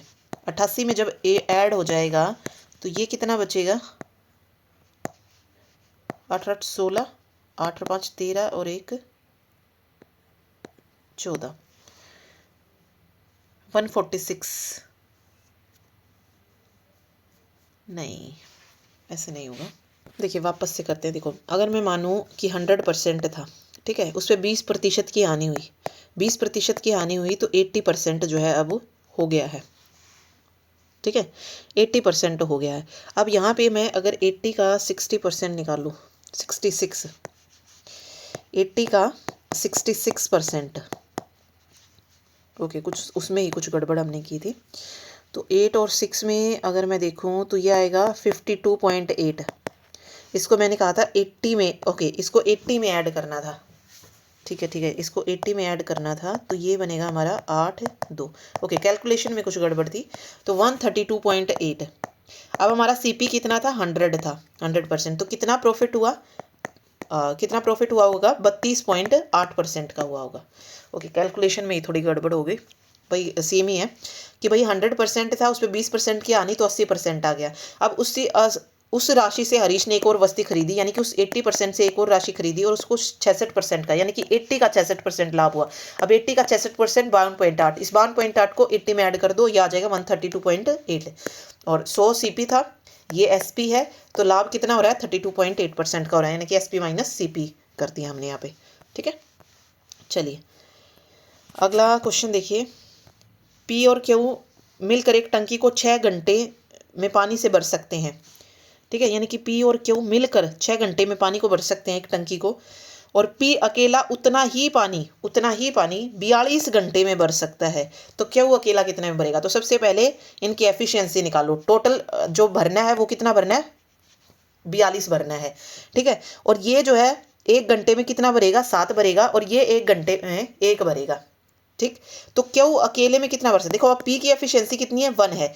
क्यू की यहाँ से निकालेंगे, देखो P plus Q equal to 7 है, तो क्यू की कितनी हो जाएगी, पी की 1 है, तो 7 माइनस 1 6। 6 एफिशिएंसी जो है क्यू की आ जाएगी कि भाई वो 1 घंटे में 6 जो है यूनिट भरेगा। ठीक है, तो 42 यूनिट भरने में कितना टाइम लगेगा, तो 42 बटे 6, 6 सत्ते 42, तो 7 घंटे में जो है क्यू अकेला उस टंकी को भर देगा। ठीक है, चलिए ओके, लास्ट क्वेश्चन। डीआई का इस बार एक ही क्वेश्चन दिया गया है, वो भी पाई चार्ट का क्वेश्चन है। दिया गया पाई चार्ट 1998 के दौरान विभिन्न व्यय मदों के अंतर्गत एक कंपनी के कुल व्यय के प्रतिशत को दर्शाता है। दिए गए चार्ट का अध्ययन करना है और ये बताना। देखो 100% टोटल, जब भी देखो डिग्री में कभी दिया हो तो टोटल हमेशा 360 डिग्री मान के चलो। अगर परसेंटेज में दिया है तो टोटल हमेशा 100% मान के चलो। ठीक है, अब 100% में 20% अवसंरचना को, 18% ऋणों पर ब्याज, ये दे दिया है। अब कह रहा है विज्ञापन पर व्यय जो है, विज्ञापन कहाँ है यहाँ, विज्ञापन पर व्यय कितना है, 3.6 लाख है। तो प्री वैन पर व्यय और करों पर व्यय में अंतर ज्ञात करना है। देखो अब ये जो 3.6 लाख है, किसकी वैल्यू, 15% की। अगर मैं ये कहूँ कि ये 15% की वैल्यू 3.6 है, तो टोटल वैल्यू हम निकाल सकते हैं, यानी 100% की वैल्यू आ जाएगी हमारे पास। पूरा लाख लिखने की जरूरत नहीं है, जो डिजिट दिया गया सिर्फ उसको लिखो। ठीक है, 3.6 है तो मैं इसको 10 मान लेती हूँ यहाँ पे, इसको हटाने के लिए 0 से 0। ठीक है, 5 दिए 15, 5 दूनी 10, 3 एकम 3, दूनी 6, 24 जो है 24 लाख जो है टोटल आ जाएगा। तो हम 24 लेके ही चलते हैं। अब कह रहा है ये परिवहन पर कितना है, 12% है, और करों पर व्यय, करों पर कितना है, 10% है। इनका डिफरेंस पूछा है, तो देखो डिफरेंस यहीं पर देख लो कितना है, 2% का है, 2% का है। अगर 100% की वैल्यू कितनी है, 24 है, तो 2% की कितनी हो जाएगी, ये पूछा हमसे। तो एक मिनट, ओ सॉरी, ऐसे नहीं होगा। देखो 100% की वैल्यू कितनी है, 24 लाख है ना, तो 2% की कितनी हो जाएगी, 24 गुणा 2 कर दो, 48। ठीक है, 24 गुणा 2 48 जो है आ जाएगी। या अगर ऐसे नहीं बन रहा है तो देखो ऐसे करो, फिर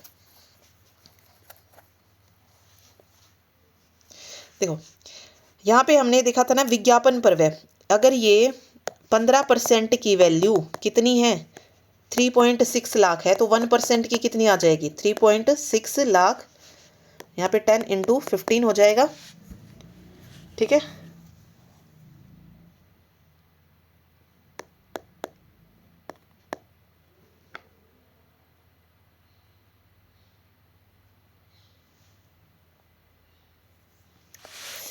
नहीं पूरा ही मानना पड़ेगा हमको, 3.6 लाख। वेट, देखिए 3.6 लाख कह रहे हैं, कि 3,60,000 आप कह सकते हैं। ठीक है, तो ये जो वैल्यू है ये किसकी है, विज्ञापन की, 15% की जो है वैल्यू है, 3,60,000 3,60,000 ये हो जाएगा। 3.6 लाख मतलब 3,60,000। ये वैल्यू किसकी है? 15% की है। ठीक है, तो हम जो है